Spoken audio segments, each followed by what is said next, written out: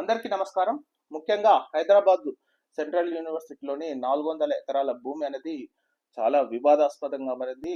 ఇది సుప్రీంకోర్టు దాకా కూడా వెళ్ళడం జరిగింది. సుప్రీంకోర్టు మాత్రం ఒక 24 అవర్స్ స్టే కూడా ఇచ్చింది. స్టే ఇచ్చిన తర్వాత కూడా దానిపై పూర్తి సమగ్ర విచారణ చేసి ఆ భూమిపై రిపోర్ట్ ఇవ్వవలసిందిగా హైకోర్టు హైకోర్టు రిజిస్ట్రార్ కు ఆదేశం కూడా ఇచ్చింది అనమాట. సో ఈ విషయంపై మరి తెలంగాణ గవర్నమెంట్, కాంగ్రెస్ ప్రభుత్వం దీనిపై ఏ విధంగా స్పందిస్తుంది? దీనిపై ముఖ్యంగా మనం TPCC media and communication chairman అయిన సామ రామ్మోహన్ రెడ్డి గారికి ఫోన్ చేసి కనుక్కుందాం.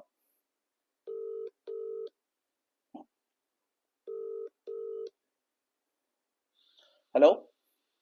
Hello sir, good evening sir. నా పేరు నరేందర్, ఇది టీ ప్యాక్ చైర్మన్ మాట్లాడుతున్నాను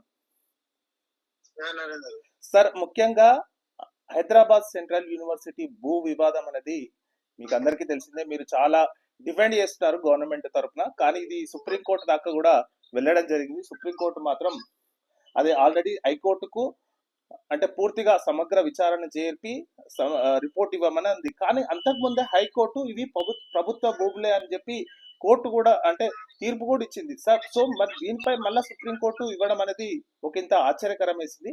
యాక్చువల్లీ మీ స్పందన ఏంటి సార్ అసలు దీనిపై, భూములపై?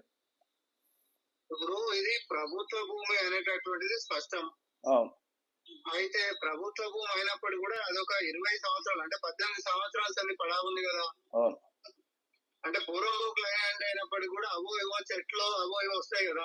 నార్మల్ ఇప్పుడు మీ పొలం పైన ఏదైనా ఒక 15-20 సంవత్సరాలు ఖాళీ పెట్టిరు అనుకోండి, పడవ పెడితే అవో ఏవో వస్తాయి కదా. దాంట్లో కొంచెం జీవరాశులు కూడా కనిపిస్తాయి, కుందేళ్ళు లేకపోతే అడవి పందులు అవో ఏవో కనిపిస్తాయి. సో ఈ రోజు హెచ్సికి పక్కనే ఉంది కాబట్టి దాంట్లో కొన్ని జింకలు ఉన్నాయి అనేటటువంటిది ఒకటి, తర్వాత నెమళ్ళు ఉన్నాయి అనేటటువంటిది ఒకటి. అది బాగా ప్రజలు అనేటటువంటిది ఈ బీజేపీ బీఆర్ఎస్ చేసేటటువంటి ఎడిట్ మార్పుడు వీడియోలను నమ్మి సమాజంలోకి ఏమి పంపించారండి. అర్ధరాత్రి కూడా జేసీబీలు వస్తే నెమళ్ళు మొత్తం ఏడుస్తున్నాయి అని చెప్పి ఒకటి పంపించారు. అవును సార్, అవునా? వీడియో మీరు కూడా చూసుంటారు. చూసాను సార్, చూసాను. కానీ అదే ఏఐ రిలేటెడ్ వీడియో సార్, అది పూర్తిగా ఏఐ కూడా కాదు. అదేమో నార్మల్ జేసీబీ వీడియో పెట్టి బ్యాక్గ్రౌండ్ లో పీకాక్ సౌండ్ యాడ్ చేశారు. Okay okay. Peacock sound track దొరుకుతుంది కదా మీకు. అవునవును, తెలుసు తెలుసు. అది యాడ్ చేశారు. తర్వాత మేము దాన్ని ఎక్స్పోజ్ చేసాం, అది ఫేక్ వీడియో అని. అవును, అప్పటికే ప్రపంచంలో పోయింది అది.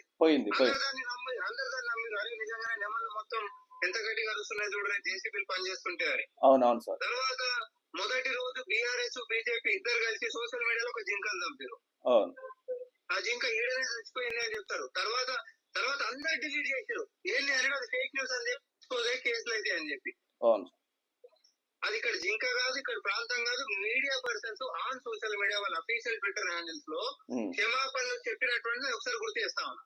మేము కొంతమంది పెట్టింది నమ్మి మేము పోస్ట్ చేసినాము.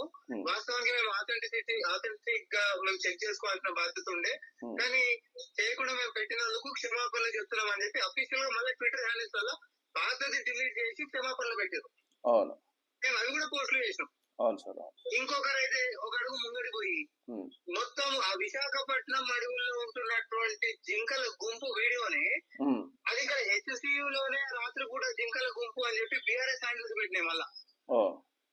నేను మీకు ఇప్పుడు చెప్తున్న ప్రతి వీడియో కూడా ఏది కూడా సర్వే నంబర్ 25కి సంబంధించినటువంటి పంచగచ్చిబోలకు సంబంధించినటువంటిది కాదు.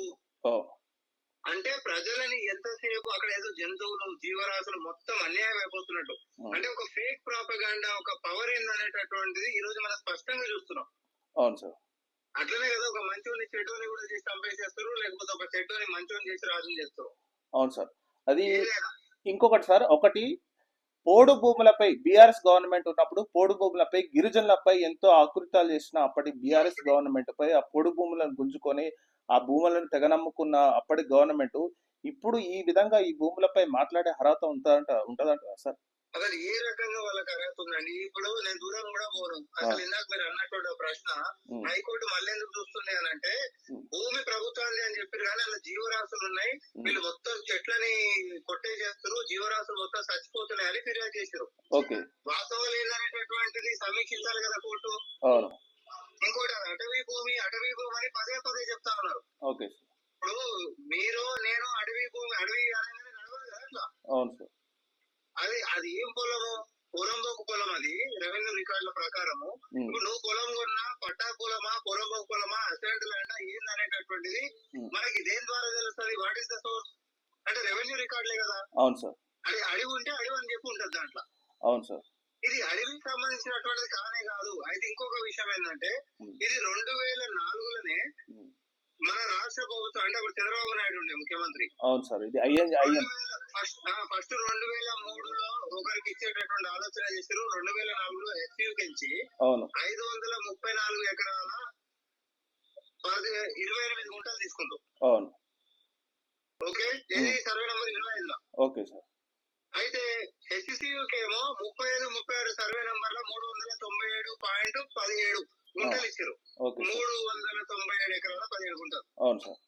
అంటే ఎక్స్చేంజ్ చేసుకోవాలి, అక్కడికి అయిపోయింది కదా. అవునవును. ఇప్పుడు నువ్వు నేను ఎక్స్చేంజ్ చేసుకున్నాం అనుకో. అర్థమైంది. అవును సార్. అవును.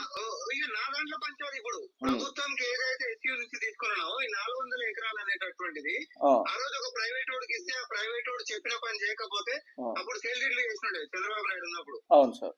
వైఎస్ రాజశేఖర రెడ్డి గారు వచ్చిన తర్వాత సేల్ డీడ్లు క్యాన్సిల్ చేసాడు. వాడు 2 ఏళ్ళు అయినా కూడా ఆ పనే చేయలేడు. వాడు అసలు టోల్కి అంత తక్కువ రేటుకి ఎందుకు అప్పనంగా అప్పచెప్పాలని చెప్పి. అవును సార్. అదే వాడు కోర్టుకు పోయిండు ఎట్లా క్యాన్సిల్ చేస్తారని. అవును సార్. కోర్టుకు పోతే ఆ బ్యాటిల్ 18 ఏళ్ళు కొట్లాడినాం. అవును సార్.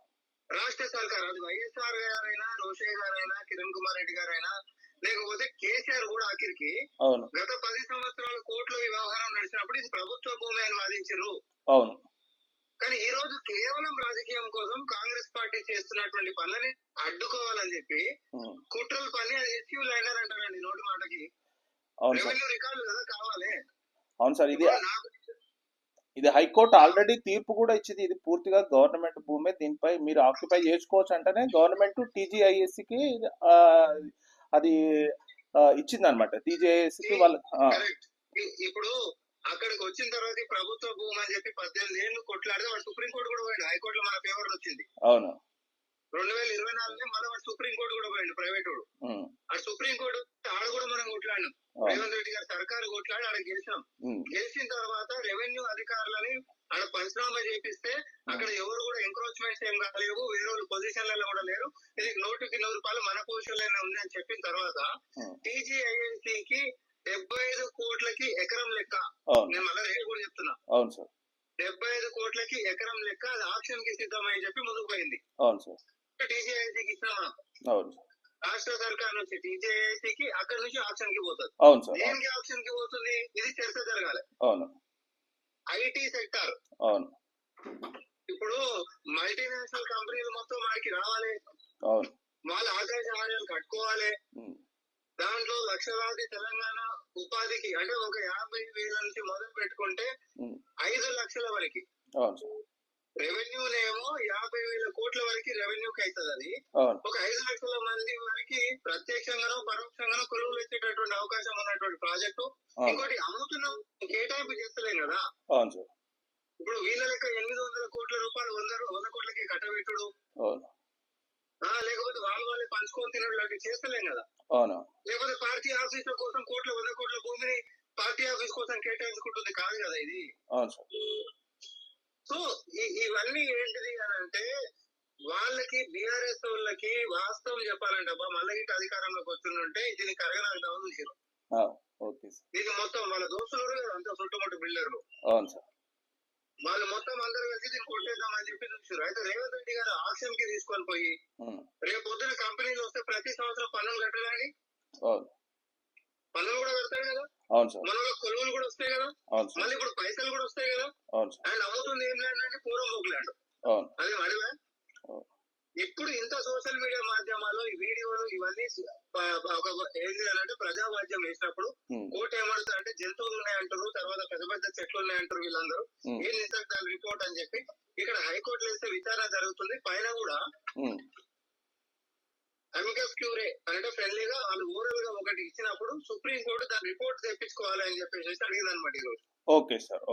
హైకోర్టు రిజిస్టర్ ద్వారా పోయి అసలు అక్కడ ఏం జరుగుతుంది ఏంటి దీని కథ అనేటటువంటిది రిపోర్ట్ ఇస్తారు. అదేం ఆగేది కాదు, నేను చెప్తున్నా మీకు ముందే. అయితే అందరు ఏమంటారు అంటే దానిపై స్టే వచ్చింది అంటే అది వచ్చింది స్టే అనేది 24 గంటలు మాత్రమే స్టే వచ్చింది. సో అది ఎట్లా అవుతుందంటే అది సుప్రీం కోర్టు పూర్తిగా స్టే ఇచ్చిందని అనుకుంటున్నారు సార్. అది కాదు ఓన్లీ 24 గంటలు మాత్రమే స్టే. ఇంటర్వ్యూ ఆర్డర్ అసలు ఏం జరుగుతుందో రిపోర్ట్ తెప్పించుకోవడానికి. ఓకే. అది కూడా రిపోర్ట్ ఈ రోజు 3:30 కల్లానే ఏమన్నారు. అవును 3:30 టైం కూడా ఇవ్వలేదు. అవునవును సార్. ఇప్పుడు ఇంకొకటి ఉత్తగానే ఎవరు పడితే అలవా వ్యాఖ్యలు వేయగానే ఆపేసేయండి అని చెప్పేసి ప్రతి ఒక్కరు అదే పని చేస్తారు. అవును సార్. నువ్వు కూడా ఏదైనా పని చేయకపోతే నేను కూడా ఆపాలంటే ఇక అదే పని చేస్తారు. సమాజం ముందుకెళ్ళి పోవాలి. కాకపోతే ఏంటంటే దీనిపై ఈ చర్యపై ఎందుకంటే ప్రజల్లో చాలా వివాదాస్పదంగా మారింది సార్. ఎందుకంటే ఇది ఇంతవరకు ప్రజల్లోకి స్టూడెంట్స్ ను రాజకీయాల్లోకి ఇన్వాల్వ్ కావడం, దానిపై కొందరు పార్టీలు దుర్మార్గంగా వీళ్ళని ఇరికించి ఒక రాజకీయ లబ్ధి కోసం ప్రయత్నిస్తున్నట్టు కనిపిస్తుంది. ఎందుకంటే బీఆర్ఎస్ గవర్నమెంట్ లో స్టూడెంట్స్ పై ఎలాంటి చర్యలు తీసుకున్నారో మనం అందరం మీరు కూడా బాధితులే. ఒకప్పుడు బీఆర్ఎస్ గవర్నమెంట్ తరఫున స్టూడెంట్స్ కూడా ఉద్యోగాలు లేక ఇవన్నీ చేస్తున్న తరంలో మీ ప్రభుత్వం నుంచి అంత ఉద్యోగాలు క్రియేట్ చేసి వీళ్ళందరూ చేస్తున్న టైంలో వీళ్ళను రాజకీయంగా ఉపయోగించుకొని వీళ్ళని ముందు పెట్టి బ్యాక్ సైడ్కి వెళ్ళి ఏమన్నా చేయబోతే, ఎందుకంటే ఈరోజు వేరే పేపర్లో కూడా చూసినాం సార్, ఆల్మోస్ట్ 10 years లో బీఆర్ఎస్ గవర్నమెంట్ కొన్ని వేల ఎకరాలను ఆప్షన్ కేసింది. ఇప్పుడు మీరంతా నియోపోలిస్ అని సంథింగ్. ఇప్పుడు కరెక్ట్ మాట్లాడారు. నియోపోలిస్ అయినా కూడా కొండలు జంగలే ఉండే కదా. అవునవును. నాలెడ్జ్ సిటీ అయినా కొండలు జంగలే ఉండే కదా. అవునవును. ఇవో 111 తుంగలు దొక్కుదామని చూసారు కదా. అవునవును. అవునా కదా. అవును సార్. ఇప్పుడు హెచ్సియులా ఇప్పుడు విద్యార్థులందరూ ఫస్ట్ ఏమన్నారు, ఇది యూనివర్సిటీ ల్యాండ్ అని అన్నారు. చాలా స్పష్టంగా అక్కడ ఉన్న ప్రొఫెసర్లకు కానీ వాళ్ళ అడ్మినిస్ట్రేషన్ కొద్ది వాళ్ళ పిల్లలకు చెప్పింది. ఆ పిల్లలు బయటకు వచ్చి కూడా చెప్పారు మీడియా పరంగా. కాకపోతే తర్వాత ఏం మార్చారు అని అంటే, అవును అది మా ల్యాండ్ కాకపోవచ్చు, ప్రభుత్వ ల్యాండే ఉండొచ్చు, కానీ అక్కడ జీవరాశులు ఉన్నాయి కదా అన్నారు. సేపు దీన్ని ఇట్లా పెట్టుకుందాం. మరి ఇప్పుడు హెచ్సియులో కూడా 100 కొద్ది ఎకరాలు ఖాళీగా ఉంది. అన్ని జీవరాశులు ఉన్నాయి. అన్నీ ఏవి ఇప్పుడు పీకాక్స్ ఉంటాయి, కుందేళ్ళు ఉంటాయి, అడిపందులు ఉంటాయి, జింకలు ఉంటాయి. వాళ్ళ లెక్కల ప్రకారం ఈడేముంటాయి ఆడ కూడా అన్ని ఉండాలి కదా. ఆడ బఫెల్లో లేకుంటది, తర్వాత ఇంకోటి ఏదో లేకుంది కదా, అది ఆ లేక్ కూడా ఉంటది. మరి రేపు పొద్దున మీరు ఈ ఎడ్యుకేషనల్ ఇన్స్టిట్యూషన్ ని ఏ ఒక్క బిల్డింగ్ ఎక్స్టెండ్ చేసినా మరి ఆడ కూడా ప్రకృతిని ఇబ్బంది పెట్టినట్టే, జీవరాశుల్ని చంపినట్టే కదా. మరి మీరు చేయకుంటుంటారా? మీ సౌత్ బ్లాక్ ఎంత పెద్ద కట్టారు అసలు? ఆ రోజు ఎన్ని జీవరాశులు చచ్చిపోయినాయి? మరి ఆ రోజు అన్ని పెద్ద పెద్ద చెట్లు మీరు కొట్టారు. ఇంకేడన్నా లేవు పెద్ద చెట్లు. మీ పోరంబోక్ ల్యాండ్ మీ కాడ అట్లా కాదు కదా. ఇవన్నీ కేవలం ఏంటంటే పిల్లలని రెచ్చగొట్టి రోడ్డు మీదకి దింపితే ప్రభుత్వం చేసేటటువంటి పనిని ఎట్టి పరిస్థితుల్లో ఆపాలనేటటువంటి కంకరం కట్టుకోరు. అసలు ఎంత సిగ్గుచేటంటే ఇప్పుడు బీజేపీ ఎంపీ రఘునందన్ ఒక అడ్వకేట్, ఆయన ఈ రోజు ఎస్క్యూ ల్యాండ్ అంటాడు జస్ట్ కేవలం రాజకీయం కోసం. మళ్ళీ వెనక బార్లో వేసేసి రాజకీయం తీవైదంతా అన్నట్టు. ఇంతకు మించినటువంటి నిజం ఏముంటది ఇంకా. సో దీనిపై ఒకటి బట్టి అందరికి తెలవాల్సిన విషయం ఏంటంటే, శ్రీధర్ బాబు, బట్టి విక్రమార్క నాకు తెలిసి అదే యూనివర్సిటీ నుంచి వాళ్ళు లీడర్స్ అంటే వాళ్ళు పూర్వ విద్యార్థులు చెప్పాలంటే వాళ్ళే చెప్తున్నది అంటే, మేము ఇంచు కూడా అసలు హెచ్సి భూమిని టచ్ చేయలేదు. ఎందుకంటే మేము ఒక విద్యార్థులుగా పూర్వ విద్యార్థులుగా మాకు ఆ యూనివర్సిటీ పై ప్రేమ ఉంటది కానీ మేమే చెప్తున్నాం అసలు. ఇప్పుడు సింపుల్ క్వశ్చన్ బయటికి నుంచి చదువుకోనికి వచ్చిన పిల్లలకి సర్వే నంబర్లు డిమార్కేషన్ ఎట్లా తెలుస్తుంది చెప్పు? మీకు వీసీ బాగాలేకపోతే లొల్లి చేస్తారు, లేకపోతే ఎమ్యూనిటీస్ లేకపోతే చేస్తారు, లేకపోతే అది సెంట్రల్ యూనివర్సిటీ కాబట్టి పార్లమెంట్ పాలసీల మీద కూడా చేస్తారు. వెరైటీ ఏంటి అని అంటే, ఢిల్లీలో 780 మంది రైతులను పొట్టలో పెట్టుకున్నప్పుడు ఎవడు బయటికి రాలే. ఇది యూనివర్సిటీ ల్యాండ్ కాదని చెప్పి తెలిసిన తర్వాత కూడా రోడ్ల మీద వాళ్ళని పంపిస్తున్నారు అంటే దీని వెనకాల ఉంటున్నటువంటి సూత్రధారులు ఎవరు? కేవలము బీజేపీ బీఆర్ఎస్ చేస్తున్నటువంటి నాటకాలే. దానికి ఉదాహరణ ఎడిటెడ్ వీడియోలు, మార్పుడ్ వీడియోలు, ఫేక్ ప్రచారాలు, వాళ్ళ నేషనల్ మీడియాని కూడా తప్పుదో పట్టించడు, కోర్టులను కూడా తప్పుదో పట్టించడు. అయ్యో ఇప్పుడు బయటకు ఏమని చెప్తారు, ఏది కంచ గచ్చిపోలి ఫారెస్ట్ అంట. ఇప్పుడు తిన్నావారు? నేనైతే తినలేదు. అది కొత్త కనిపెట్టారు వీళ్ళు. ఇప్పుడు వీళ్ళది కూడా ఎట్లుంది అని అంటే, సపోజ్ మీరు ఒక ఇల్లు వదిలిపెట్టి ఒక విదేశాలకు ఒక 4-5 ఏళ్ళు పోయేస్తారబ్బా. సపోజ్ బూజు వస్తుంది, బూజు వచ్చి స్పైడర్స్ ఉంటాయి. ఆ రోడ్ వచ్చేసి స్పైడర్స్ చాలా వెరైటీ స్పైడర్స్ ఇంటిని మీరు మళ్ళీ లోపలికి వచ్చేది లేదంటే ఊకుంటావా? బూజు దులుపుకొని ఇంట్లో కొట్టవా? దేనికైనా ఒక లిమిట్ ఉండాలంటున్నా. అది ఫారెస్ట్ ల్యాండ్ కాదు. పిల్లలు అడిగినట్టు పీకాక్ లేక్ ఇబ్బంది లేదు, బఫెలో లేక్ ఇబ్బంది లేదు అని చెప్పినాం. తర్వాత మష్రూమ్ రాకు ఏవైతే హెరిటేజ్ ఫార్మేషన్స్ అని చెప్పి మీరు మాట్లాడుతారో దాన్ని డిస్టర్బే చేస్తలేము. అవును ఓకే, అవును దాన్ని డిస్టర్బ్ చేయకుండా దాని చుట్టుముట్టు ల్యాండ్స్కేపింగ్ తోటే ప్రణాళిక ముందుకు పోతుందని చాలా స్పష్టంగా ప్రభుత్వం చెప్పింది. అవును సార్ అవును. ఇవన్నీ చేసినాక కూడా ఇంకా ప్రాబ్లం అంటే కేవలం రాజకీయ ఓకే. అంటే ఇందులో మేజర్ గా ఏంటంటే విద్యార్థుల వెనుక కొన్ని రాజకీయ శక్తుల నుండి ముందు నడిపిస్తుండడం అనేది స్పష్టంగా కనబడుతుంది సార్. సో దీనిపై ఈ మాకు ఇంత టైం ఇచ్చి మాట్లాడినందుకు చాలా కృతజ్ఞతలు sir. Thank you very much. Last చివరికి ఒకటి అంటాను, చెప్పండి సార్. బీజేపీ అనేటటువంటి ఈ రోజు ఈకో ఫ్రెండ్లీ అని మాట్లాడుతుండు. అవును. మరి అదే మూసి ప్రక్షాళన అంటే ఎందుకు కాలాల కట్టెలు పెడుతురండి?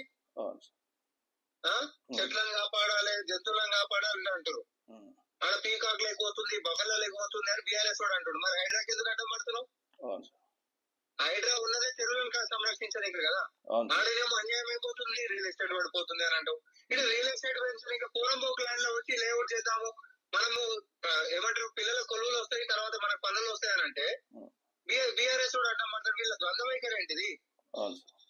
దయచేసి ఈ అంశాన్ని మనం కొంచెం బాగా ఎక్స్పోజ్ చేయాల్సినటువంటి బాధ్యత తీసుకోండి దయచేసి. డెఫినెట్ గా sir. Thank you sir. Thank you very much.